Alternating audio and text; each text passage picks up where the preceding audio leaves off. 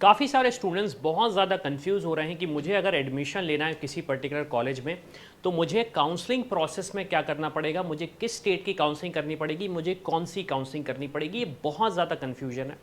इस कन्फ्यूजन को मैं इस वीडियो के थ्रू क्लियर करना चाहता हूँ ताकि आप जो एक्स्ट्रा फीस पे करने का सोच रहे हो वो आपको ना करनी पड़े, शायद आपकी फ़ीस बच जाए। सबसे पहला क्वेश्चन आता है स्टूडेंट्स का, यही आता है कि हमें तो गवर्नमेंट मेडिकल कॉलेज ही चाहिए। अब गवर्नमेंट मेडिकल कॉलेज में बहुत सारे कॉलेजेस होते हैं, जैसे कि आपका हो गया एम्स, फिर आपकी सेंट्रल यूनिवर्सिटीज़ हो गई जैसे कि BHU एग्जाम्पल में। फिर कुछ कॉलेजेस होते हैं जैसे कि ESIC कोटा, ESIC के कॉलेजेस होते हैं। फिर कुछ कॉलेजेस होते हैं गवर्नमेंट मेडिकल कॉलेजेस जो स्टेट लेवल पे होते हैं। अब जब आपको इनमें एडमिशन लेना है, और ये एक्चुअली जो कॉलेजेस होते हैं इनमें सिर्फ 15% सीट्स अवेलेबल रहती है। मैं आपको पूरा एक्सप्लेन करूंगा तो वीडियो को एंड तक देखना। इस तरीके के जिन कॉलेजेस में आपको एडमिशन लेना है, इसके लिए आपको सिर्फ और सिर्फ एक काउंसलिंग करनी है, वो है MCC की। वो है सिर्फ और सिर्फ आपको MCC की काउंसलिंग करना है, कोई दूसरी काउंसलिंग में पार्टिसिपेट करने की ज़रूरत नहीं। मान लीजिए आपका ये कॉलेज तमिलनाडु में है तो भी आपको MCC की काउंसलिंग करनी है। मान लीजिए आपका वो कॉलेज मध्य प्रदेश में है, जैसे कि मान लीजिए MGM इंदौर, ऑल इंडिया कोटे से एडमिशन लेना है तो MCC काउंसलिंग ही करना पड़ेगा। अब इनके लिए आपको MCC काउंसलिंग क्यों करना है, क्योंकि यहाँ पे जो सीट्स है वो सिर्फ और सिर्फ 15% अवेलेबल है। तो अगर आप उस स्टेट के डोमिसाइल नहीं हो तो आपको सिर्फ और सिर्फ वो 15% कोटे से ही एडमिशन मिलेगा, और उसकी काउंसलिंग सिर्फ और सिर्फ MCC कराता है और कोई नहीं कराता। अब इसमें एक एडिशन है डीम्ड यूनिवर्सिटीज़ का।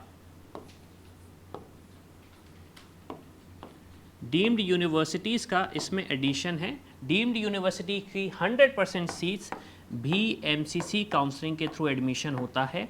ऑन एन एवरेज फीस लगभग 15 लाख पर ईयर की आती है।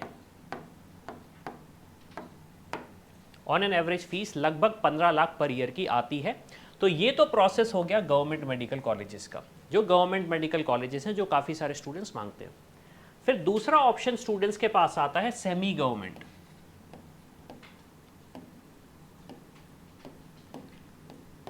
अब सेमी गवर्नमेंट कॉलेजेस कौन से होते हैं, इसको कोई कहीं बोलता है पेड सीट है, कोई बोलता है सेमी प्राइवेट है, किसी ने बोला सेमी गवर्नमेंट है, किसी ने बोला हाई फीस गवर्नमेंट कॉलेजेस हैं।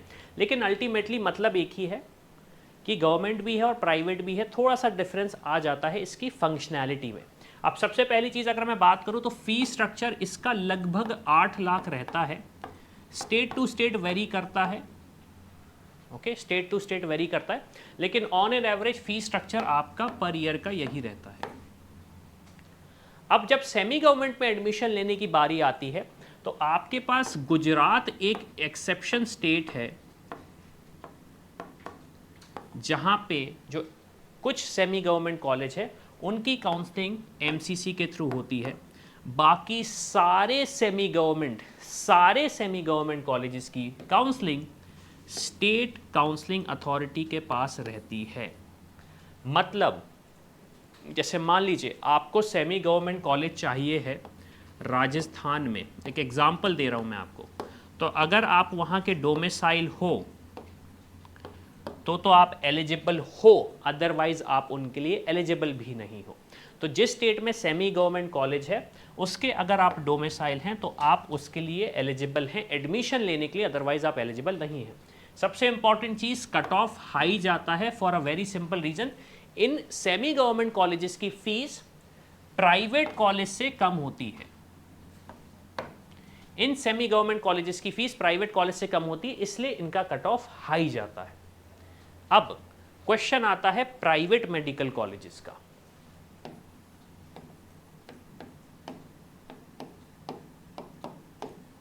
Private medical college. अब सबसे पहले तो एक चीज आप ये समझें कि प्राइवेट मेडिकल कॉलेज में एडमिशन भी अगर होता है तो वो सिर्फ और सिर्फ काउंसलिंग के थ्रू ही होता है। सिर्फ और सिर्फ काउंसलिंग के थ्रू ही होता है। विदाउट काउंसलिंग आपको प्राइवेट मेडिकल कॉलेज एटलीस्ट 2024 में इंडिया में तो नहीं मिल सकता। 2025 में अगर रूल्स चेंज हो जाए तो बात की बात है, 24 में नहीं मिलेगा। अब यहाँ पे एडमिशन लेने का जो प्रोसेस है, इसमें एक चीज आती है जो कि आपको पता हो या नहीं पता हो, ओपन और क्लोज्ड।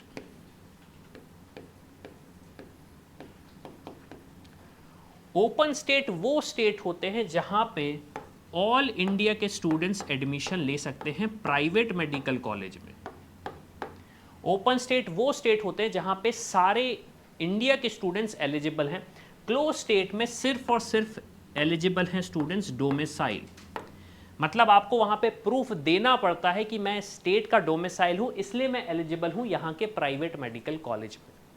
तो आपने देखा होगा काफ़ी सारे इंस्टीट्यूशंस हैं जिसकी फ़ीस कम है, स्टूडेंट्स को लगता है कि मुझे यहाँ पे एडमिशन मिल जाएगा।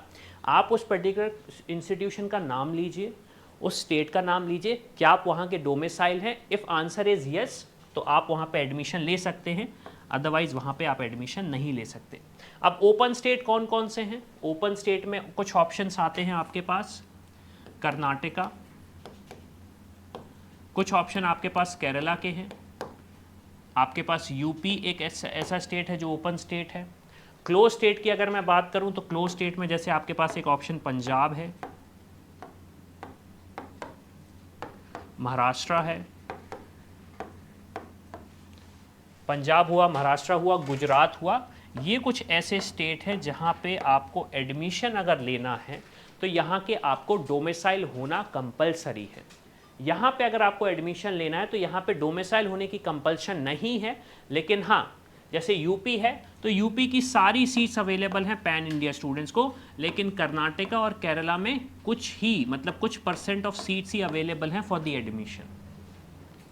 तो जो प्रोसेस आप काउंसलिंग का करेंगे उसको इस तरीके से करें कि अगर गवर्नमेंट मेडिकल कॉलेज में ले रहे हैं तो किसकी काउंसलिंग करना है, सेमी गवर्नमेंट में ले रहे हैं तो किसकी काउंसलिंग करना है, और अगर प्राइवेट में एडमिशन लेने का सोच रहे हो तो किसकी काउंसलिंग आपको करना है।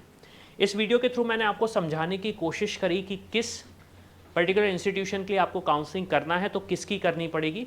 प्राइवेट कॉलेज के लिए सारी काउंसलिंग स्टेट काउंसलिंग अथॉरिटी ही कराएगा और कोई नहीं कराएगा, एमसीसी के पास भी ये अथॉरिटी नहीं है। तो होपफुली सारी इन्फॉर्मेशन आपको मिली होगी। अगर कोई डाउट है तो प्लीज़ कमेंट करके बताओ और चैनल ज़रूर सब्सक्राइब करो, क्योंकि यहाँ पे हम बहुत सारी इन्फॉर्मेशन देते हैं जिसकी वजह से आप डॉक्टर बन सकते हैं। तो इसी के साथ मैं हूँ अविनाश, मेरा काम है रास्ता दिखाना, उस पर चल के डॉक्टर बनना आपका। I hope you like this video. For more such videos, keep watching our channel and do not forget to like, share and